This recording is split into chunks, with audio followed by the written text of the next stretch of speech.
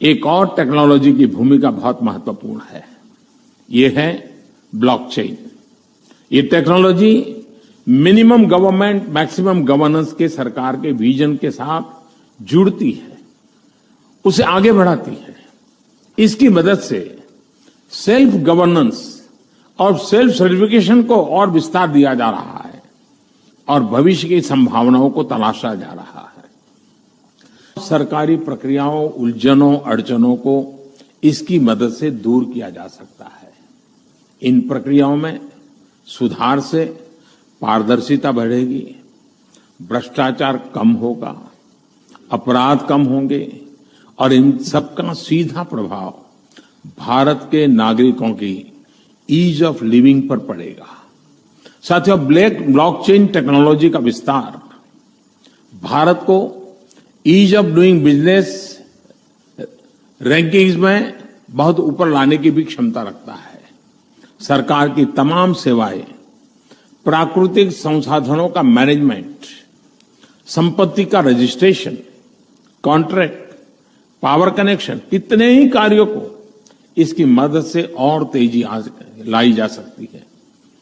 यही समझते हुए भारत में ब्लॉकचेन पर भी नेशनल स्ट्रेटेजी बनाने के लिए तेजी से काम हो रहा है। इसमें उसे मुंबई में WEF के इस नए सेंटर से भी मदद मिले। याद है कुछ सालों पहले जब एक रात 8 बजे अचानक से वक्त बदल गए, जज्बात बदल गए। कितने टाइम तक हमें ATM के बाहर लंबी लंबी कतारों में खड़ा होना पड़ा, नोट्स बदलने के लिए बैंक्स के चक्कर लगाने पड़े क्योंकि 500 और 1000 के नोट्स बंद हो गए थे। अब उस समय की परेशानी को आप और मैं बहुत अच्छे से जानते हैं और जाहिर है कि तब से हम हर तरीका आजमाते हैं कि उस सिचुएशन में वापस ना जाना पड़े। मगर अगर उस समय हम ब्लॉकचेन टेक्नोलॉजी यूज कर रहे होते तो शायद उतना नुकसान नहीं सहना पड़ता।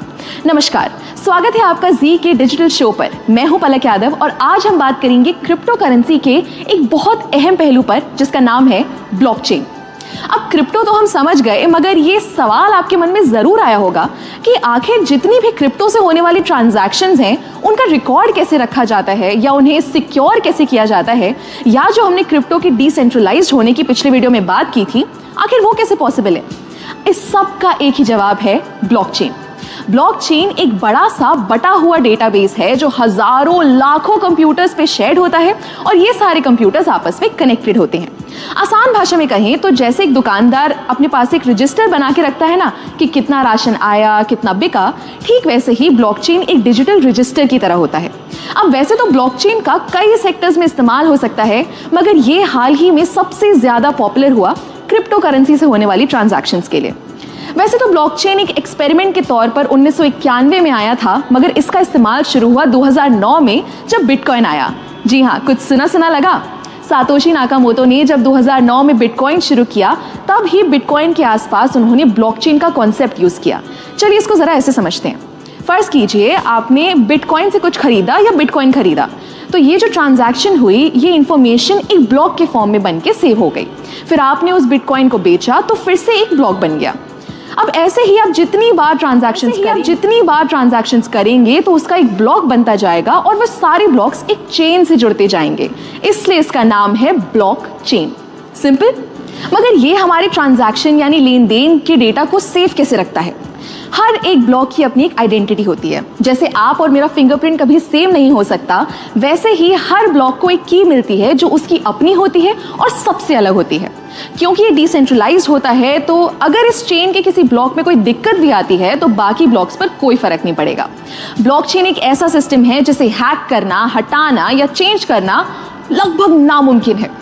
दोस्तों, मानो या ना मानो, ब्लॉकचेन का फ्यूचर बहुत बड़ा है और इसका इस्तेमाल लगभग हर जगह शुरू होने का टाइम दूर नहीं है, क्योंकि इसके बहुत से फायदे हैं। जैसे नंबर 1, क्योंकि डिस्ट्रीब्यूटेड है और इसमें स्टोर्ड जानकारी किसी लाइब्रेरी या सरकारी दफ्तर की तरह एक जगह नहीं रखी जाती, इसको संभालने या मेंटेन करने के लिए किसी मिडिल मैन की जरूरत नहीं है। दूसरा, ब्लॉकचेन एकदम ट्रांसपेरेंट है, यानी आप और मैं कभी भी इसको एक्सेस कर सकते हैं और अपनी ट्रांजैक्शंस पर नजर रख सकते हैं, जिससे फ्रॉड के चांसेस बहुत कम हो जाते हैं। तीसरा, ब्लॉकचेन पर हर इंफॉर्मेशन को बहुत आसानी से ट्रेस किया जा सकता है, यानी पुरानी से पुरानी ट्रांजैक्शन को भी हम देख सकते हैं। चौथा, ये टेक्नोलॉजी एकदम फास्ट है। हर चीज का लिखा हुआ रिकॉर्ड बनाने में बहुत टाइम और मेहनत लगती है, मगर वही जानकारी को अगर ब्लॉकचेन के जरिए सेव करें तो वो बहुत आसानी से और बहुत जल्दी हो जाएगा। और आखिरी, जैसा मैंने पहले भी बताया कि ये बहुत सेफ है, तो आप टेंशन फ्री होकर इसका इस्तेमाल कर सकते हैं। क्या आपको पता है, बहुत से भारतीय बैंक्स ने इस ब्लॉकचेन टेक्नोलॉजी को ऑलरेडी यूज करना शुरू कर दिया है, जैसे ई-केवाईसी के लिए, ई सिग्नेचर के जरिए ऑनलाइन डॉक्यूमेंट्स या कागजात वेरीफाई करने के लिए, कमर्शियल लेटर्स बनाने के लिए इत्यादि। हमारी प्लानिंग कमीशन यानी नीति आयोग ने भी ब्लॉकचेन पर व्हाइट पेपर पब्लिश कर दिया है, जिसमें ई गवर्नेंस को लेकर इसके इस्तेमाल की बात की गई है। एक मजे की बात बताऊं, 2010 में पहली बार फ्लोरिडा के एक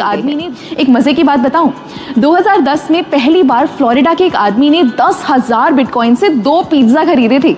और आज एक बिटकॉइन की अगर कीमत लगभग 15 लाख रुपए है, तो अनुमान लगाइए 10,000 बिटकॉइंस की कीमत क्या होगी।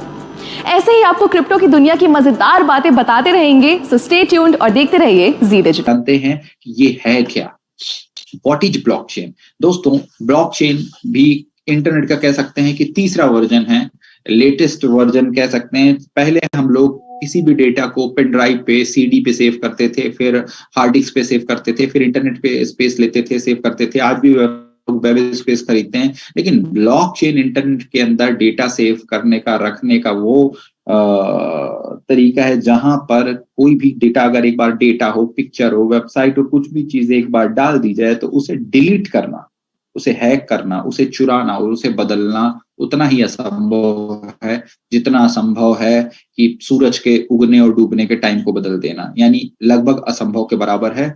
और मैं सलाह दूंगा कि जो खाली टाइम हम अपना आलतू फालतू की वीडियो देखने पर लगाते हैं, उसकी बजाय अगर हम वेब 3.0 के इन टेक्नोलॉजीज के बारे में सुने कि वो ब्लॉकचेन एक्चुअली होता क्या है। लाखों वीडियो पड़े हैं, बट वही है कि आप चाहें तो टाइम का सही यूटिलाइज कर सकते हैं। और दोस्तों, एक नुकसान भी है, अगर आप इन चीजों को नहीं जानते हैं तो नुकसान ये होगा कि वेब 3.0 से रिलेटेड अपॉर्चुनिटी आपके पास आएगी, तो हो सकता है कि आप उसे स्कीम या फालतू की चीज समझने की गलती कर दे और एक बहुत बड़ा मौका आपके हाथ से निकल जाए। और आज से 5 से 10 साल बाद आप किसी के साथ बैठ के कह रहे हो कि अरे यार, मेरे पास भी मौका आया था, लेकिन उस वक्त मैं समझा नहीं, अगर मैं समझ जाता तो शायद आज मैं भी मिलेनियर या बिलेनियर होता। दोस्तों, गवर्नमेंट भी इसको लेकर सीरियस है, तो आप और हम क्यों नहीं। blockchain.gov.in पर आप जाके देख सकते हैं। तो सरकार ने पूरी की पूरी कमेटी बना दी है, पूरा मंत्रालय बना दिया, जिसमें कौन कौन से फील्ड में ब्लॉकचेन का इस्तेमाल होने लगेगा। मोदी जी का एक वीडियो जो शुरू में मैं चला रहा था, जिसमें वो खुद बोल रहे हैं कि ब्लॉकचेन टेक्नोलॉजी के आने से भ्रष्टाचार खत्म होगा, क्योंकि यहाँ पे कोई भी आदमी एडिट डिलीट नहीं कर सकता, हैक नहीं कर सकता। ईज ऑफ डूइंग को बढ़ावा मिलेगा, क्योंकि इसको चलाने के लिए किसी व्यक्ति या ऑनर की जरूरत नहीं होती है। NFT, दोस्तों, अभी तक अगर लोगों से एसेट की बात की जाए कि अगर आपके पास बहुत सारा पैसा हो रहा, अगर आपको